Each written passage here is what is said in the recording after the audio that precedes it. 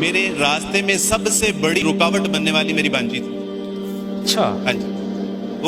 وہ اتنی رکاوٹ کہ میرے لیے بد دعائیں کیا کرتی تھی کہ یہ جس نے اسلام قبول کر لیا ہمارے ماموں جان نے اور ہمارے بچے بچیوں کو گمراہ کر رہے ہیں, تو لٹرلی اس کے میرے لیے دعائیں کیا کرتی تھی جولی اٹھا کے کہ اللہ سبحانہ تعالیٰ جی ان کو واپس عیسائیت میں لے آئے. اور بالآخر میری دعا ان کی دعا پہ غالب آ گئی. آپ تمام احباب کے سامنے تشریف لا رہی ہیں بیٹی چاند احمد. السلام علیکم ورحمۃ اللہ وبرکاتہ. امید کرتی ہوں آپ سب بہن بھائی خیریت سے ہوں گے اور اللہ تعالیٰ ہم سب کے روزے ہمارے اعمال کو قبول فرمائے. میں نا بڑی روتلو ہوں تو اس لیے میری آواز شروع میں ہی رونے والی ہو جاتی ہے.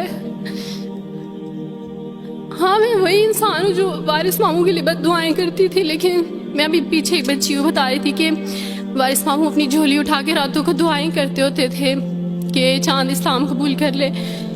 تو دعائیں کبھی رد نہیں جاتی, وہ دعائیں جو اللہ سے مانگی جاتی ہیں وہ دعائیں کبھی رد نہیں جاتی. میں نے اپنی 25 سالہ زندگی جو تھی وہ کرسچینٹی میں اچھی خاصی پریچنگ میں گزاری. میں چرچ میں پریچ کرتی تھی, کلام پیش کرتی تھی. ایک آپ کہہ لیں کہ کٹر مسیحی تھی میں, اور ایسی مسیحی تھی جو وارث ماموں کو یعنی بولنے نہیں دیتی تھی فیملی میں. جب مجھے پتہ چلتا تھا کہ آج وارث ماموں فلاں فیملی میں وزٹ کر کے گئے ہیں تو میں اس گھر میں پہنچ جاتی تھی. اس سے پہلے کہ وارث ماموں کی بات ان کے ذہن پہ اثر کریں, مجھے خدا کا کلام پیش کرنا ہے, ان کے گھر پہ جا کے دعا کرنی ہے تاکہ شیطان اپنا کام نہ کرے. بیکاز میرے نزدیک وارث ماموں جو کام کر رہے تھے وہ شیطان کا کام تھا, کیونکہ وہ خداوند سے دور کر رہے تھے میرے لوگوں کو. تو میں اس فیملی میں پہنچ جاتی تھی, اپنے لوگوں کو چاہتی تھی کہ وہ خداوند کے ساتھ جڑے رہیں, وہ کبھی خداوند کا انکار نہ کریں, وہ یسوع مسیح کا انکار نہ کریں. یہ سب میری یعنی میں آپ کہہ لیں کہ ایک اسٹرانگ ورک کرتی تھی. مجھے اس چیز کا ڈر رہتا تھا کہ وارث ماموں کی وجہ سے اب مزید لوگ اسلام قبول نہ کر لیں, لیکن کیا پتہ تھا کہ اللہ تعالیٰ مجھے ہی دائرہ اسلام میں لے آئیں گے اور میں ہی وہ شخص بنوں گی جو اسلام قبول کرے گی. CSS کر رہی تھی, میں نے BA کمپلیٹ کیا اپنا, اور اس کے بعد میں CSS کر رہی تھی. اس کے دوران اللہ تعالیٰ نے مجھے یہ توفیق دی کہ اسٹڈی آف ڈفرینٹ ریلیجینس کی کتاب پڑھنے کے دوران یہ سبجیکٹ جب میں پڑھ رہی تھی تو مجھے پتہ چلا کہ اسلام ہی خوبصورت مذہب ہے. اچھا آپ یقین جانیں وارث ماموں رمضان میں قرآن پاک ڈسٹریبیوٹ کرتے تھے اور راشن دیتے تھے. تو میرے بھائی کے ایک جہاں ڈیوٹی کرتے ہیں وہاں ایک انکل تھے, گارڈ تھے, ان کے لیے قرآن پاک لے کے ان سے رکھا ہوا تھا اور راشن بھی لے کے رکھا ہوا تھا. اور میں اس قرآن پاک کو نا چھپا کے اپنی سیف میں رکھتی تھی اور ڈرتی تھی کہ کسی دن میں اس کو کھول نہ لوں. اکثر ایک دو دفعہ پکڑا کہ کھول کے دیکھوں تو صحیح, کوئی نہ کوئی غلطی تو ہوگی نا اس قرآن میں بھی, یہ تو بڑی باتیں کرتے ہیں بائبل کے بارے میں, کچھ نہ کچھ تو ہوگا. لیکن اب یقین جانے ایک ڈر تھا کہ جس دن میں نے اس قرآن کو پڑھا میں اس قرآن کو اپنا دل دے بیٹھوں گی. اور وہی ہوا کہ جب میں نے قرآن پڑھا تو میں اس پر ایمان لائے بغیر نہیں رہ سکی. ایک رات وارث ماموں کو کال کی اور ان سے کہا کہ 2 بجے کا لگ بھگ ٹائم تھا, اور ان سے کہا کہ وارث ماموں مجھے آپ سے ضروری بات کرنی ہے. تو انہوں نے کہا کہ کیا بات ہے بیٹی, کوئی زندگی موت کی بات ہے؟ تو میں نے کہا کہ ایسا ہی سمجھ لیں, میں رو رہی تھی. تو انہوں نے کہا کہ سب خیریت ہے. تو میں نے ان سے کہا کہ بس بغیر کچھ کہے آپ مجھے کلمہ پڑھا دیں وارث ماموں. اور وارث ماموں اور میں بالکل خاموش تھے. یعنی وارث ماموں کہتے ہیں کہ اس وقت مجھے لگا کہ جیسے میرا دل پھٹ جائے گا. مجھے یقین نہیں آ رہا تھا اپنے کانوں پہ کہ وہ جو سب سے بڑی رکاوٹ تھی وہ مجھے خود کہہ گیا کہ مجھے کلمہ پڑھا دیں. اور میں نے ان سے 5 منٹ کا یعنی اسپیس لی کال پہ, اور 5 منٹ میں نے دعا کی. لیکن اس کے بعد میں نے کہا کہ اگر میں حق پہ ہوں, سچ پہ ہوں, تو بس پھر خداوند اس کو ہو لینے دے. اور وہی ہوا, میں نے اسلام قبول کیا اور سوچا تھا کہ CSS کمپلیٹ کرنے کے بعد فیملی میں اناؤنس کروں گی.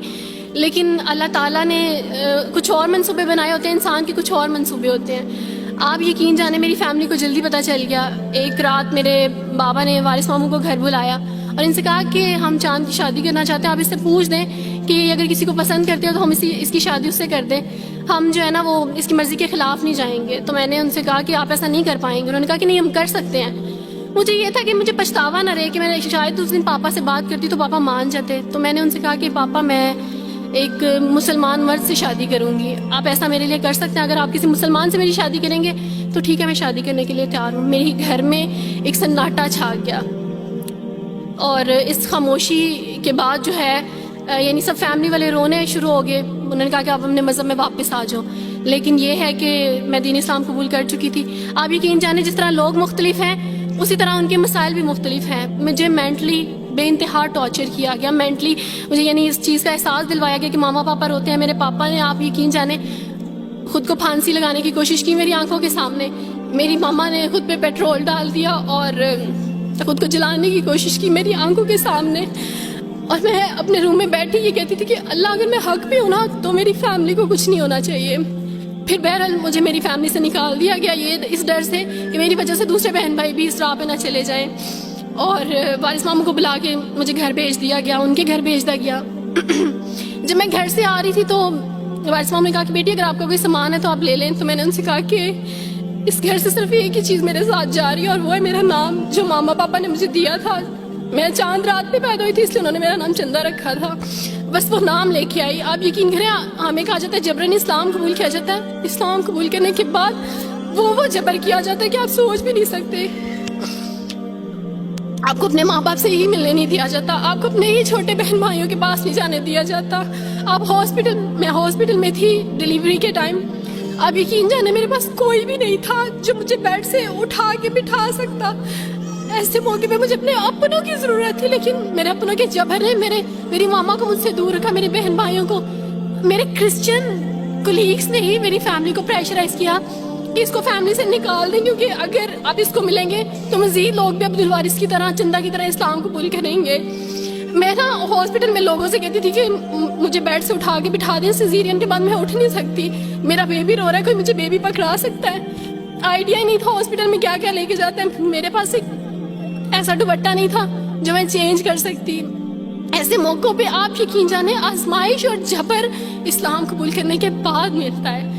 مجھے آپ سب سے توقع ہے, آپ سب اسلامک اداروں سے توقع ہے کہ اب آپ ہمارے لیے اسٹیپ لیں. ہمارے اپنوں نے تو ہمیں چھوڑ دیا, انہوں نے جو ہمارے ساتھ جبر کیا اس جبر کے بدلے آپ ہمارے ساتھ نیکی کریں. اب آپ کیا اسٹیپ لیتے ہیں نیو مسلمس کے لیے جن پر یہ الزام لگایا جاتا ہے کہ ان پہ جبر کیا جا رہا ہے. ہم پہ جبر نہیں, ہم پہ جبر اسلام قبول کروانے والوں نے نہیں کیا, بلکہ جن کے گھروں سے ہم آئے تھے اسلام قبول کرنے کے بعد جبر تو ان کی طرف سے تھا.